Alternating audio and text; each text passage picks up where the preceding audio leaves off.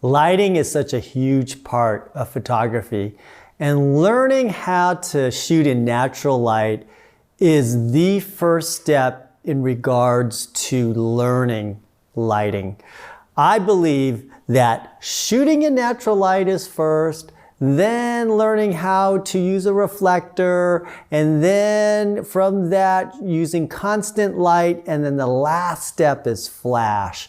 It all starts with learning and understanding how to shoot with natural light in the real world. I've been shooting for 20 years and I wanted to put together the ultimate course on natural lighting.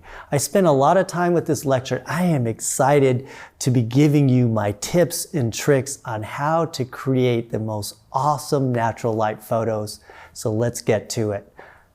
My name is Scott Robert Lim, and this is my course on natural light. Natural light tools. What do you need to be able to shoot great natural light photos? And it first starts with the camera. So I believe that the larger the sensor that you have in your camera, the better off you'll be. The reason why I like a larger 35 millimeter full-size sensor is because it will allow you to blur out the background a lot easier than using a crop sensor camera. So larger the sensor, the better. In regards to lenses, I like to shoot with prime lenses. The 50 millimeter, the 85 millimeter, the 135 millimeter, even the 70 to 200 2.8 lens is great. And you could even use a kit lens too for a lot of wide angle shots, and that's also great for that. In regards to my wide angle lens, my favorite go-to is the 24 millimeter 1.4.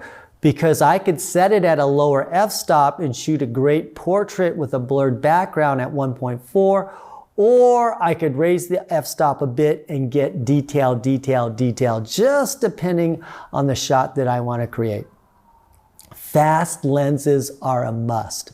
That's why I like using prime lenses, because you can get that f-stop down to 1.4 or 1.8 or even 1.2, which will allow you to get that shallow depth of field.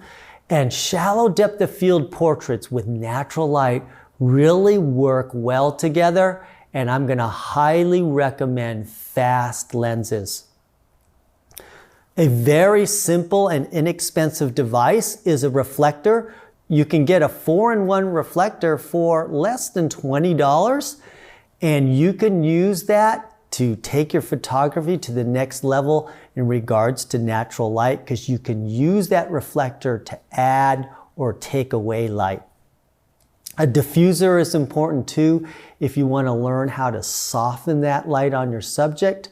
That's another key tool that you should have. Of course, if you get a 5-in-1 reflector, you can get the diffuser with the reflector and have it all together. So those are the tools that I use to take these photos, and I'm very simple. I don't use a lot of different lenses. Most of these shots are going to be taken with my 55 millimeter 1.8 and my 24 millimeter lens. So don't feel like you have to have a lot of equipment to take great shots. Whatever you have, you can learn how to take amazing shots by understanding your lighting to create good shots. Natural light basics. What are the advantages of natural light? Why I love, now, most of the time when I'm shooting a wedding, people will be surprised that I'm shooting it in natural light. I know I'm known for my flash and creating light, but when I want a real fast workflow, I use natural light because it doesn't take a lot of time setting up your shots. You just have to understand where to find this great natural light, put your subject in there, pose them according to your lighting, and boom, you can start taking photos very efficiently and creating a great set of images fast. When you're shooting on location, the best light is often natural light. You can find these huge light sources that create beautiful, soft, directional light, and your portraits will literally jump off the page with quality when you learn how to find these pockets of great natural light. 3, natural light is cost effective. It doesn't cost you anything.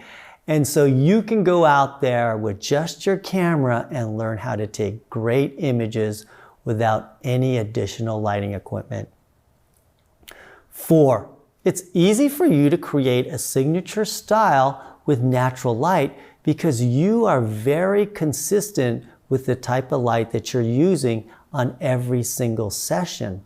And so when you start adding flash and you start adding other types of elements into your work can look kind of all over the place in the beginning when you haven't really mastered it and created your signature style. If you can simplify your workflow when it comes to lighting, you can have a consistent look every single time because you're reducing the amount of gear used to create your light, and it therefore becomes very consistent every session that you shoot. 5, artificial light should mimic natural light. So if you don't understand natural light, when you're learning how to create light, you don't actually know how natural light looks if you haven't mastered it. And so that's why everyone should start learning how to shoot with natural light, because you can see the highest quality light to create. And so that knowledge of you knowing what great light should look like will help you when you learn how to create it.